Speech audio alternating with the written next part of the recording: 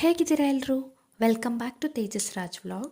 ಇದು ಶಿವರಾತ್ರಿ ಹಬ್ಬದ ದಿವಸದ ವ್ಲಾಗ್ ಆಗಿರುತ್ತೆ. ಇನ್ನು ಹಬ್ಬ ಆಗಿರೋದ್ರಿಂದ ನಾನಿಲ್ಲಿ ಬೇಸನ್ ಲಾಡೂನ ಮಾಡೋಣ ಅಂತ ಹೇಳಿ ಮಾಡ್ಕೋತಾ ಇದ್ದೀನಿ. ಅದಕ್ಕೋಸ್ಕರ ನಾನಿಲ್ಲಿ ಒಂದು ಕಡಾಯಿನ ಇಟ್ಟು ಅದಕ್ಕೆ ತುಪ್ಪನ ಹಾಕಿ ತುಪ್ಪ ಬಿಸಿ ಆದಮೇಲೆ ನಾನು ಕಡಲೆ ಹಿಟ್ಟನ್ನು ಸೇರಿಸ್ಕೊಂಡು ಅದನ್ನು ಹಸಿ ವಾಸನೆ ಹೋಗೋವರೆಗೂ ನೀಟಾಗಿ ಹುರ್ಕೋತಾ ಇದ್ದೀನಿ.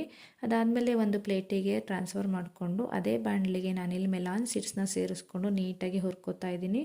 ಇನ್ನು ಇಲ್ಲಿ ಒಂದು ಮಿಕ್ಸಿ ಜಾರಿಗೆ ಸಕ್ಕರೆ ಮತ್ತು ಏಲಕ್ಕಿ ಪುಡಿನ ಸೇರಿಸ್ಕೊಂಡು ಪುಡಿನ ಮಾಡಿಕೊಂಡು ಅದನ್ನು ನಾನಿಲ್ಲಿ ಕಡಲೆ ಹಿಟ್ಟಿನ ಮಿಶ್ರಣದೊಳಗಡೆ ಸೇರಿಸ್ಕೊಂಡು ನೀಟಾಗಿ ಈ ರೀತಿಯಾಗಿ ಮಿಕ್ಸ್ ಮಾಡಿಕೊಂಡು ಅದಾದಮೇಲೆ ನಮಗೆ ಯಾವ ಸೈಜಿಗೆ ಬೇಕೋ ಆ ಸೈಜಿಗೆ ಉಂಡೆನ ಕಟ್ಕೊಂಡ್ಬಿಟ್ರೆ ನಮ್ಮ ರುಚಿಯಾಗಿರುವಂಥ ಬೇಸನ್ ಲಾಡು ರೆಡಿಯಾಗಿರುತ್ತೆ.